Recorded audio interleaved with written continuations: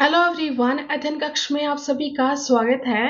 आज के इस वीडियो में हम बात करेंगे साइकोलॉजी के कुछ इम्पोर्टेंट क्वेश्चंस की और इन क्वेश्चंस को हम वन लाइनर की फॉर्म में देखेंगे। तो चलिए आज की वीडियो को शुरू करते हैं। सबसे पहले हम बात करेंगे मीनिंग ऑफ साइकोलॉजी की। तो जो साइकोलॉजी शब्द है ये दो शब्दों साइकी और लोगस से मिलकर बना है। तो यहाँ पर जो साइकी है इसका अर्थ होता है सोल और जो लोगस है इसका अर्थ होता है साइंस या फिर स्टडी। तो जो साइकोलॉजी टर्म है इसका अर्थ होता है साइंस ऑफ सोल या फिर स्टडी ऑफ सोल। अब टाइम के साथ साथ साइकोलॉजी की डेफिनेशन में काफी चेंजेस आए हैं। तो आज हम साइकोलॉजी को साइंस ऑफ बिहेवियर के नाम से जानते हैं। अब यदि हम बात करें कि साइकोलॉजी को साइंस ऑफ बिहेवियर के रूप में किसने डिफाइन किया, तो जो वॉटसन है इन्होंने साइकोलॉजी को साइंस ऑफ बिहेवियर के रूप में परिभाषित किया। इसी के साथ जो वॉटसन है इन्हें फादर ऑफ बिहेवियरिज्म भी कहा जाता है। अब हम बात करेंगे ग्रोथ एंड डेवलपमेंट की। तो जो ग्रोथ है इसमें स्ट्रक्चरल चेंजेस आते हैं और ये मेजरेबल होते हैं। मेजरेबल का मतलब है कि हम इन चेंजेस को माप सकते हैं। मतलब कि जो भी आपके फिजिकल चेंजेस हैं, शारीरिक बदलाव है, वो आपके ग्रोथ में आते हैं। जैसे कि आपका हाइट हो गया, वेट हो गया, ये आपके ग्रोथ में आते हैं। इनको हम क्या है मेजर कर सकते हैं और ये क्वांटिटेटिव होते हैं। इसी के साथ जो आपकी ग्रोथ है ऐसा नहीं है कि ये थ्रू आउट लाइफ होती रहती है। मतलब कि एक सर्टेन टाइम पीरियड पर आकर जो ग्रोथ है वो रुक जाती है। और दूसरी तरफ जो डेवलपमेंट है इसमें स्ट्रक्चरल चेंजेस के साथ साथ फंक्शनल चेंजेस भी आते हैं और ये क्वालिटेटिव होने के साथ साथ क्वांटिटेटिव इन नेचर होती है और ये कॉन्टिन्यूस प्रोसेस है। मतलब कि थ्रू आउट लाइफ होती रहती है। मतलब कि ये वूम टू टूम चलती है। कहने का अर्थ है कि ये गर्भाधान से शुरू होती है और थ्रू आउट लाइफ होती रहती है। तो आपको याद रखना है कि जो ग्रोथ है उसमें स्ट्रक्चरल चेंजेस आते हैं और हम इन्हें मेजर कर सकते हैं, माप सकते हैं और ये क्वांटिटेटिव इन नेचर होती है। दूसरी तरफ जो डेवलपमेंट है वो एक कॉन्टिन्यूस प्रोसेस है, यानी कि थ्रू आउट लाइफ होती है, बूम टू टूम चलती है और ये क्वालिटेटिव होने के साथ साथ क्वांटिटेटिव इन नेचर होती है। इसी के साथ एक और इम्पोर्टेंट पॉइंट है कि जो डेवलपमेंट है it is a product of heredity and environment. कि जो आपका डेवलपमेंट है वो हेरिडिटी और एनवायरनमेंट का प्रोडक्ट है। अब यदि हम हेरिडिटी की बात करें तो हेरिडिटी में क्या है, हमारे कुछ इनबॉर्न ट्रेट्स होते हैं। मतलब कि कुछ ऐसे गुण जिनके साथ हम पैदा हुए होते हैं उनको हम हेरिडिटी कहते हैं और ये जीन्स के थ्रू हम में आते हैं। और दूसरी तरफ जो एनवायरनमेंट है इसमें वो सारी चीजें आ जाती है जो भी हमारे आसपास होती है। तो आपको याद रखना है कि जो डेवलपमेंट है वो हेरिडिटी और एनवायरनमेंट का प्रोडक्ट है। इसी के साथ यहाँ पर एक और इम्पोर्टेंट पॉइंट है, वो है आपका नेचर वर्सेस नर्चर डिबेट का। तो एग्जाम में कई बार पूछा जाता है कि इसमें नेचर क्या है या फिर नर्चर क्या है। तो जो आपकी नेचर नर्चर डिबेट है, यहाँ पर जो नेचर है वो आपकी हेरिडिटी है और जो आपका नर्चर है वो एनवायरनमेंट है। तो आपको ये वाले पॉइंट भी याद रखने हैं। और ये जो इक्वेशन है कि जो डेवलपमेंट है वो हेरिडिटी और एनवायरनमेंट का प्रोडक्ट है, ये वाली जो इक्वेशन है ये इक्वेशन वुडवर्थ के द्वारा दी गई है। Next point is psychology is said to be the scientific study of behavior and mental processes। कि जो psychology है वो एक scientific study है behavior और mental processes की। तो ये जो point है ये काफी important है, आप इसे नोट डाउन कर लीजिएगा। इस point को डायरेक्ट पूछा जाता है कि जो psychology है it is the study of dash and dash। तो आपको याद रखना है that it is the scientific study of behavior and mental processes। Next point है फादर ऑफ एक्सपेरिमेंटल साइकोलॉजी। तो जो एक्सपेरिमेंटल साइकोलॉजी है इसके जनक विलियम वुंड है और जो विलियम वुंड है इन्होंने पहली साइकोलॉजिकल लेबोरेटरी कहाँ बनाई थी, लेप्जिग जर्मनी में इन्होंने पहली साइकोलॉजिकल लेबोरेटरी एस्टेब्लिश की थी। इसी के साथ यदि हम इंडिया के पर्सपेक्टिव में बात करें तो इंडिया में पहली साइकोलॉजिकल लेबोरेटरी कलकत्ता यूनिवर्सिटी में बनाई गई है और वो कब बनाई गई थी, 1916 में। अब नेक्स्ट पॉइंट है that different people often react differently to the same situations in psychology it is referred to as। तो बोला गया है कि जो अलग अलग लोग होते हैं वो सेम तरह की सिचुएशन में अलग अलग तरीके से रिएक्ट करते हैं। तो साइकोलॉजी की टर्म में हम इस चीज को क्या कहते हैं, तो इस चीज को हम कहते हैं इंडिविजुअल डिफरेंसेस। नेक्स्ट पॉइंट है author of the book principles of psychology. तो जो प्रिंसिपल्स ऑफ साइकोलॉजी बुक है, ये लिखी गई है विलियम जेम्स के द्वारा। तो इस पॉइंट को भी आप नोट डाउन करके रख लीजिएगा, क्योंकि एग्जाम में कई बार यहाँ से भी क्वेश्चन पूछा जाता है कि जो प्रिंसिपल्स ऑफ साइकोलॉजी बुक है वो किसके द्वारा लिखी गई है। तो ये लिखी गई है विलियम जेम्स के द्वारा। नेक्स्ट पॉइंट है that oldest method of psychology. तो जो साइकोलॉजी में सबसे पुराना मेथड है वो है आपका इंट्रोस्पेक्शन मेथड, और ये जो मेथड है इसे ईबी टिचनर के द्वारा दिया गया है। ये काफी इंपॉर्टेंट पॉइंट है, एग्जाम में बहुत बार ये वाला क्वेश्चन पूछ लिया गया है कि जो साइकोलॉजी में सबसे पुराना मेथड है वो कौन सा है, या फिर ये जो मेथड है किसके द्वारा दिया गया है, या फिर कई बार ये भी पूछा जाता है कि जो इंट्रोस्पेक्शन है इसका मीनिंग क्या होता है। तो जो इंट्रोस्पेक्शन है इसका मीनिंग होता है खुद के अंदर झांक कर देखना। ठीक है, ये जो मेथड है यहाँ पर इंडिविजुअल अपने अंदर झांक कर देखता है, वो खुद को खुद ऑब्जर्व करेगा और खुद के बारे में जानने की ट्राई करेगा। नेक्स्ट अब हम बात करेंगे डिफरेंट स्कूल्स ऑफ थॉट्स की और उनके प्रोपाउंडर की। तो जो आपका स्कूल ऑफ स्ट्रक्चरलिज्म है इसके फाउंडर विलियम वुंट हैं, और जो आपके स्कूल ऑफ फंक्शनलिज्म है इसके फादर विलियम जेम्स हैं, और जो आपका स्कूल ऑफ बिहेवियरिज्म है इसके फादर जॉन वॉटसन हैं, और जो आपका ह्यूमनिस्टिक स्कूल है इसके प्रोपाउंडर अब्राहम मैस्लो हैं, और जो आपका स्कूल ऑफ साइकोएनालिसिस है इसके जनक सिगमंड फ्रॉयड हैं। इन सभी को आप लर्न कर लीजिएगा, क्योंकि यहाँ से एग्जाम में डायरेक्ट क्वेश्चन पूछा जाता है। नेक्स्ट पॉइंट है the term used for describing a child's one word utterances is holophrasis. तो जो होलोफ्रेजिस है ये बच्चे की वन वर्ड वाली स्टेज को डिस्क्राइब करते हैं। वन वर्ड स्टेज का मतलब है कि यहाँ पर बच्चा एक शब्द बोलकर अपने व्यूज को एक्सप्रेस करता है, बात करने की ट्राई करता है।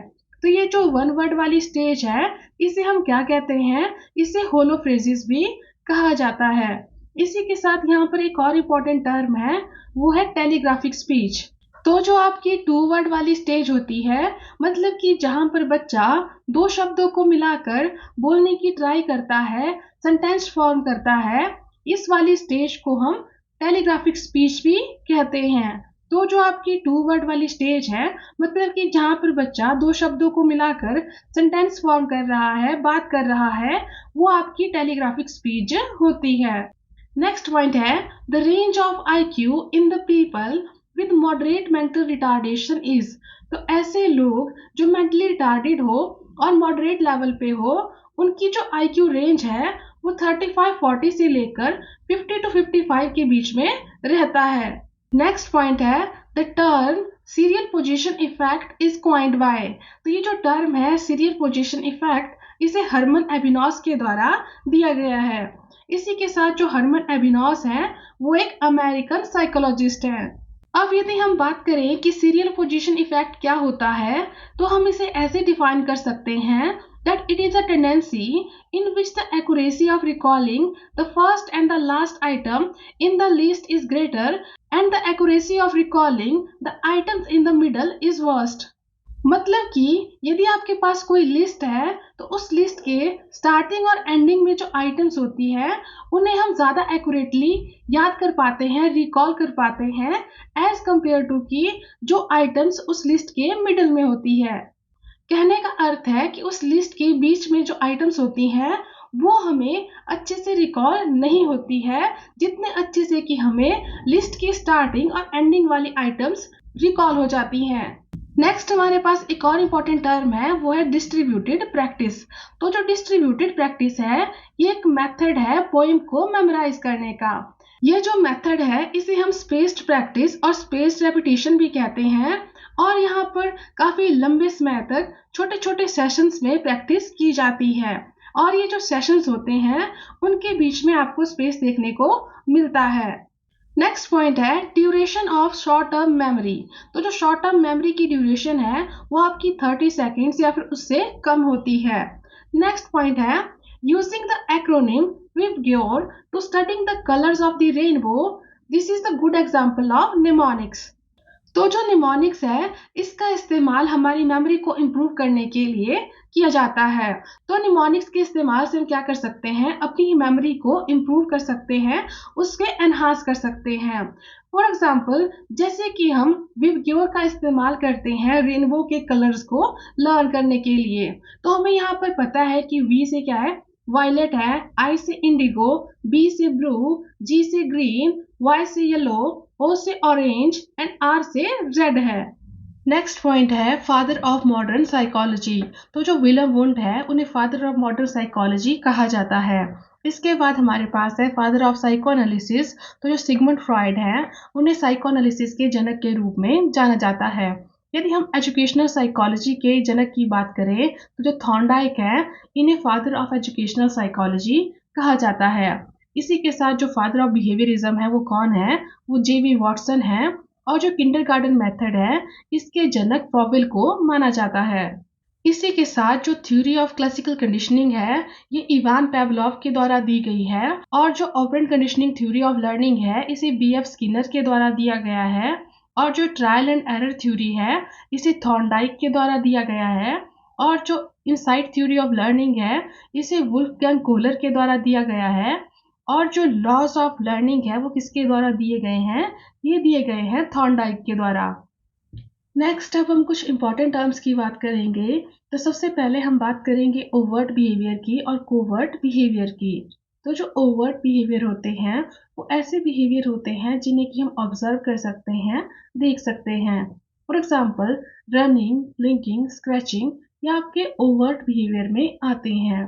दूसरी तरफ जो कोवर्ट बिहेवियर है इसमें कुछ प्राइवेट इवेंट्स आते हैं। फॉर एग्जाम्पल जो इमेजिनिंग हो गया, थिंकिंग हो गया, ये आपके कोवर्ट बिहेवियर में आते हैं। नेक्स्ट अब हम बात करेंगे कन्वर्जेंट थिंकिंग की और डाइवर्जेंट थिंकिंग की।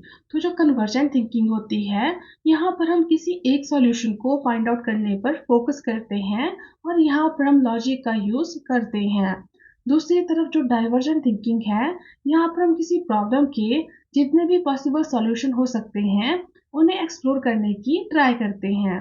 तो जो आपकी डाइवर्जेंट थिंकिंग है यहाँ पर क्रिएटिविटी इन्वॉल्व होती है। नेक्स्ट अब हम बात करेंगे माइंड मैपिंग की। तो जो माइंड मैपिंग है ये हमें हेल्प करती है कि हम आइडियाज को, इंफॉर्मेशन को अच्छे से विजुअलाइज कर सके और उसे ऑर्गेनाइज कर सके। तो जो माइंड मैप है ये डायग्राम होते हैं जहाँ पर हम आइडियाज के बीच में कनेक्शन ढूंढते हैं और अपने इंफॉर्मेशन और आइडियाज को सही से ऑर्गेनाइज और विजुअलाइज कर पाते हैं। नेक्स्ट अब हम बात करेंगे स्कैफोल्डिंग की। तो जो स्कैफोल्डिंग टर्म है इसे वाइगोट्स्की के द्वारा दिया गया है और इसका अर्थ होता है टेम्परेरी असिस्टेंस या फिर टेम्परेरी हेल्प। तो यहाँ पर जब तक कोई इंडिविजुअल किसी टास्क को करने में खुद कैपेबल नहीं होता तो तब तक हम उसे टेम्परेरी रूप से असिस्ट करते हैं, हेल्प करते हैं। तो ये जो हेल्प होती है जो कि कुछ टाइम के लिए दी जाती है, टेम्परेरी रूप से दी जाती है, इसे हम स्कैफोल्डिंग कहते हैं। नेक्स्ट अब हम बात करेंगे ग्रॉस मोटर स्किल्स की और फाइन मोटर स्किल्स की। तो जो ग्रॉस मोटर स्किल्स होती हैं they require whole body movement और यहाँ पर हमारी बॉडी की बड़ी मसल्स का यूज होता है। फॉर एग्जाम्पल जो वॉकिंग है, रनिंग है, जंपिंग है, साइकिलिंग है, ये आपके ग्रॉस मोटर स्किल्स के एग्जाम्पल हैं। दूसरी तरफ जो फाइन मोटर स्किल्स है यहाँ पर हमारी बॉडी की छोटी मसल्स का यूज होता है, जैसे कि आपके हैंड का हो गया या फिर फिंगर्स का हो गया। तो जो क्लैपिंग है, राइटिंग है, पेंटिंग है, ये आपके फाइन मोटर स्किल्स के एग्जाम्पल हैं। नेक्स्ट अब हम बात करेंगे डोमेन्स ऑफ लर्निंग की। तो डोमेन ऑफ लर्निंग में हमारे पास 3 डोमेन आते हैं, कोग्निटिव डोमेन, अफेक्टिव डोमेन और साइकोमोटर डोमेन। जो आपका कोग्निटिव डोमेन है इसमें हमारी कोग्निशन से रिलेटेड सारी चीज़ें आती है, जैसे कि थिंकिंग हो गया, नॉलेज हो गया, प्रॉब्लम सॉल्विंग हो गया, ये आपकी कोग्निटिव डोमेन में आती है। जो अफेक्टिव डोमेन है उसमें हमारी फीलिंग्स, इमोशंस और इंटरपर्सनल डेवलपमेंट आती है। और जो आपका साइकोमोटर डोमेन है इसमें आपकी फिजिकल स्किल्स, मोटर एक्टिविटीज ये सब इंक्लूड होती हैं। नेक्स्ट अब हम बात करेंगे लर्निंग डिसेबिलिटीज की यानी लर्निंग डिसऑर्डर की। तो सबसे पहले हमारे पास है डिस्ग्राफिया। तो जो डिस्ग्राफिया ये राइटिंग से रिलेटेड एक डिसऑर्डर है, तो यहाँ पर लिखने में प्रॉब्लम आती है। इसके बाद हमारे पास है डिस्कैल्कुलिया। तो डिस्कैल्कुलिया है यहाँ पर मैथमेटिकल प्रॉब्लम्स को सॉल्व करने और कॉन्सेप्ट को समझने में दिक्कत आती है। तो ये आपका मैथ्स और कैलकुलेशन परफॉर्म करने से रिलेटेड एक प्रॉब्लम है। इसके बाद हमारे पास है डिस्प्रैक्सिया। तो डिस्प्रैक्सिया है ये एक मोटर डिसऑर्डर है, मतलब कि यहाँ पर मोटर एक्टिविटीज को करने में दिक्कत आती है। इसके बाद हमारे पास है डिसलेक्सिया। तो जो डिसलेक्सिया है ये एक रीडिंग रिलेटेड डिसऑर्डर है। तो यहाँ पर इंडिविजुअल को पढ़ने में प्रॉब्लम आती है। नेक्स्ट हमारे पास है अफेजिया। जो अफेजिया है ये आपका लैंग्वेज रिलेटेड डिसऑर्डर है। तो यहाँ पर लैंग्वेज को समझने में प्रॉब्लम आती है। और लास्ट हमारे पास है ADHD यानी attention deficit hyper activity disorder. तो ऐसे जो इंडिविजुअल होते हैं इनमें अटेंशन की कमी होती है और ये काफी ज्यादा हाइपर एक्टिव होते हैं।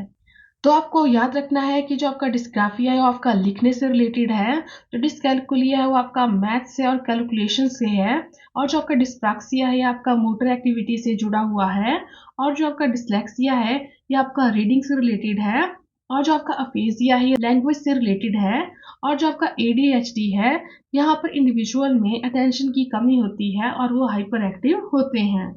नेक्स्ट अब हम बात करेंगे क्लासिफिकेशन ऑफ पर्सनैलिटी की। तो यहाँ पर हम पर्सनैलिटी की डिफरेंट डिफरेंट क्लासिफिकेशंस को देखेंगे। सबसे पहले हम बात करेंगे शेल्डन क्लासिफिकेशन की। तो जो शेल्डन है इन्होंने पर्सनैलिटी की क्लासिफिकेशन फिजिकल कैरेक्टरिस्टिक्स के बेस पर की है, और इन्होंने पर्सनैलिटी के 3 टाइप दिए हैं, एंडोमॉर्फिक, मेसोमॉर्फिक और एक्टोमॉर्फिक। जो आपके एंडोमॉर्फिक पर्सनैलिटी वाले लोग होते हैं ये फैटी, राउंड बेली, सोशल, सॉफ्ट और अफेक्शनेट होते हैं। और जो मेसोमॉर्फिक पर्सनैलिटी वाले लोग होते हैं ये फिजिकली और मेंटली फिट होते हैं, रिस्क लविंग होते हैं और एनर्जेटिक होते हैं। और जो आपके एक्टोमॉर्फिक पर्सनैलिटी वाले लोग होते हैं ये काफी पतले होते हैं, लंबे होते हैं, वीक और सॉफ्ट होते हैं। नेक्स्ट हम बात करेंगे क्रैचमर क्लासिफिकेशन की। तो जो क्रैचमर हैं इन्होंने भी पर्सनैलिटी की क्लासिफिकेशन फिजिकल कैरेक्टरिस्टिक्स के बेस पर की है, और इन्होंने पर्सनैलिटी के 4 टाइप दिए हैं, पिकनिक, एस्थेनिक, डिसलेस्टिक और एथलेटिक। नेक्स्ट अब हम बात करेंगे स्प्रेंगर क्लासिफिकेशन की। तो जो स्प्रेंगर है इन्होंने पर्सनैलिटी की क्लासिफिकेशन इंटरेस्ट के बेस पर की है, और इन्होंने पर्सनैलिटी के 5 टाइप दिए हैं, पॉलिटिकल, इकोनॉमिक, थियोरटिकल, रिलीजियस और एस्थेटिक। तो आपको याद रखना है कि जो स्प्रेंगर है इन्होंने पर्सनैलिटी की क्लासिफिकेशन किसके बेस पर की है, इन्होंने पर्सनैलिटी की क्लासिफिकेशन इंटरेस्ट के बेस पर की है, और इन्होंने पर्सनैलिटी के 5 टाइप दिए हैं। नेक्स्ट अब हम बात करेंगे यूंग्स क्लासिफिकेशन की। तो जो यूंग है इन्होंने पर्सनैलिटी के 2 टाइप दिए हैं, इंट्रोवर्ट और एक्सट्रोवर्ट। जो आपका एम्बिवर्ट पर्सनैलिटी टाइप है इसे बाद में ऐड किया गया है, और इस टाइप को दिया गया है आइजैक के द्वारा। तो यदि एग्जाम में क्वेश्चन पूछा जाए जहां पर सिर्फ पूछा हो कि जो एम्बिवर्ट पर्सनैलिटी टाइप है वो किसके द्वारा दिया गया है, तो आपने क्या टिक करना है, तो आपने आइजैक पर टिक करना है। और यदि एग्जाम में ये तीनों पूछे गए हों कि ये तीनों किसके द्वारा दिए गए हैं, तो आपने युंग पे मार्क करना है। तो ये जो टाइप है आपके इंट्रोवर्ट और एक्सट्रोवर्ट, ये पर्सनैलिटी टाइप आपके किसने दिए हैं, ये युंग ने दिए हुए हैं। नेक्स्ट अब हम बात करते हैं असेसमेंट ऑफ पर्सनैलिटी की, मतलब कि हम पर्सनैलिटी को कैसे असेस कर सकते हैं। तो सबसे पहले हमारे पास है 16 PF। तो जो आपका 16 पर्सनैलिटी फैक्टर है इसे RB कैटल के द्वारा बनाया गया है। इसके बाद हमारे पास है रोशार्च इंक ब्लड टेस्ट, जिसे कि हर्मन रोशार्च के द्वारा बनाया गया है। इसके बाद हमारे पास है TAT यानी थीमेटिक एप्रिसेप्शन टेस्ट, जिसे कि मरे और मॉर्गन के द्वारा डेवलप किया गया है। और लास्ट में हमारे पास है CAT यानी चिल्ड्रन एप्रिसेप्शन टेस्ट, जिसे कि लियोपोल्ड बेलेक के द्वारा तैयार किया गया है।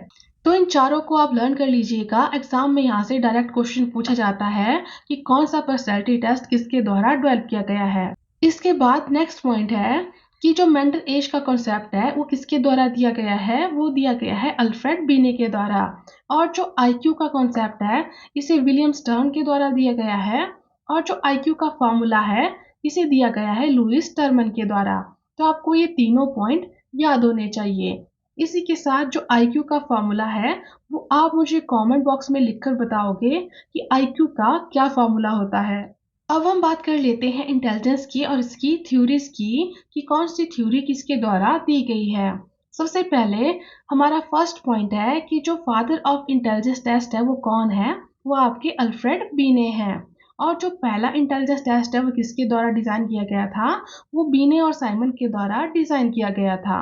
इसी के साथ जो आपकी वन फैक्टर थ्योरी है वो भी किसके द्वारा दी गई है, वो भी दी गई है अल्फ्रेड बिने के द्वारा। और जो टू फैक्टर थ्योरी है ये दी गई है चार्ल्स स्पीयरमैन के द्वारा। और इन्होंने बात की है कि इंटेलिजेंस में दो फैक्टर होते हैं, जी फैक्टर और एस फैक्टर। जी फैक्टर का मतलब है जनरल फैक्टर और एस फैक्टर का मतलब है स्पेसिफिक फैक्टर। तो यदि आपसे जी और एस फैक्टर पूछे जाएं तो आपको याद रखना है कि ये किस वाली थ्योरी में है। ये आपकी टू फैक्टर थ्योरी में है और ये थ्योरी दी गई है चार्ल्स स्पीयरमैन के द्वारा। इसके बाद जो ट्राइआर्किक थ्योरी ऑफ इंटेलिजेंस है ये दी गई है रॉबर्ट स्टर्नबर्ग के द्वारा। और जो मल्टी फैक्टर थ्योरी है इसे दिया गया है ईएल थॉर्नडाइक के द्वारा। इसके बाद जो आपकी ग्रुप फैक्टर थ्योरी है इसे थ्रस्टन ने दिया है। और जो आपकी थ्योरी ऑफ मल्टीपल इंटेलिजेंस है इसे हार्वर्ड गार्डनर ने दिया है। और जो इंटेलिजेंस का थ्री डायमेंशनल मॉडल है इसे जेपी गिलफोर्ड ने दिया है। इसी के साथ यदि आप इन थ्योरीज के बारे में ज़्यादा डिटेल में जानना चाहते हैं तो आप मेरी इंटेलिजेंस थ्योरी वाली वीडियो को देख सकते हैं, लिंक आपको डिस्क्रिप्शन में मिल जाएगा। नेक्स्ट अब हम बात करेंगे क्लासिफिकेशन ऑफ आईक्यू की। तो ऐसे लोग जिनका आईक्यू 25 से कम होता है उन्हें इडियट, और जिनका आईक्यू 25 से 50 के बीच में होता है उन्हें इम्बेसिल कहा जाता है। और जिनका आईक्यू 50 से 69 के बीच में होता है उन्हें फीबल माइंडेड या फिर मोरोन कहते हैं। और ऐसे लोग जिनका आईक्यू 70 से 89 के बीच में होता है वो बिलो एवरेज। और जिनका आईक्यू 90 से 109 के बीच में होता है वो आपके नॉर्मल या फिर एवरेज लेवल में आते हैं। और मैक्सिमम जो लोग हैं वो आपके इसी लेवल में आते हैं। इसके बाद जिनका आईक्यू 110 से 119 के बीच में होता है वो आपके अबव एवरेज होते हैं। और ऐसे लोग जिनका आईक्यू 120 से 139 के बीच में होता है वो सुपीरियर। और जिनका आईक्यू 140 या उससे ऊपर होता है उन्हें गिफ्टेड या फिर जीनियस कहते हैं। नेक्स्ट अब हम बात करेंगे डिफरेंट इंटेलिजेंस टेस्ट की, क्योंकि एग्जाम में कई बार आपको किसी टेस्ट का नाम दिया होता है और पूछा जाता है कि ये किस तरह का इंटेलिजेंस टेस्ट है। तो सबसे पहले हमारे पास है इंडिविजुअल वर्बल टेस्ट। तो इसमें जो बीने साइमन टेस्ट है और स्टैनफोर्ड बीने टेस्ट है ये आपके इंडिविजुअल वर्बल टेस्ट में आते हैं। इसके बाद हमारे पास है वेक्सलर टेस्ट। जो वेक्सलर टेस्ट है ये एक तरह के इंडिविजुअल टेस्ट है और इसमें हमारे पास 3 टेस्ट आ जाते हैं। सबसे पहले हमारे पास है WISC यानी वेक्सलर इंटेलिजेंस स्केल फॉर चिल्ड्रन। तो इसका इस्तेमाल बच्चों के लिए किया जाता है। इसके बाद हमारे पास है WAIS यानी वेक्सलर अडल्ट इंटेलिजेंस स्केल। तो ये जो टेस्ट है इसका इस्तेमाल अडल्ट के लिए किया जाता है। और लास्ट हमारे पास है WPPSI यानी Wechsler pre primary scale for intelligence. तो ये जो टेस्ट है इसका इस्तेमाल प्री प्राइमरी के बच्चों के लिए किया जाता है। इसके बाद हमारे पास है परफॉर्मेंस टेस्ट। तो जो परफॉर्मेंस टेस्ट होते हैं एक तरह के नॉन वर्बल टेस्ट होते हैं। तो जो पिंटर पैटरसन स्केल है और the Minnesota pre school scale है ये आपके परफॉर्मेंस टेस्ट के एग्जाम्पल हैं। नेक्स्ट हमारे पास है ग्रुप वर्बल इंटेलिजेंस टेस्ट। तो जो आर्मी अल्फा टेस्ट है ये आपका ग्रुप वर्बल इंटेलिजेंस टेस्ट का एग्जाम्पल है। नेक्स्ट हमारे पास है group non verbal intelligence test. तो जो आर्मी बीटा टेस्ट है, शिकागो नॉन वर्बल टेस्ट है, रावेंस प्रोग्रेसिव मैट्रिसेस टेस्ट है, ये आपके group non verbal intelligence test के एग्जाम्पल हैं। इसी के साथ आज के लिए इतना ही, मिलते हैं नेक्स्ट वीडियो में। Thank you.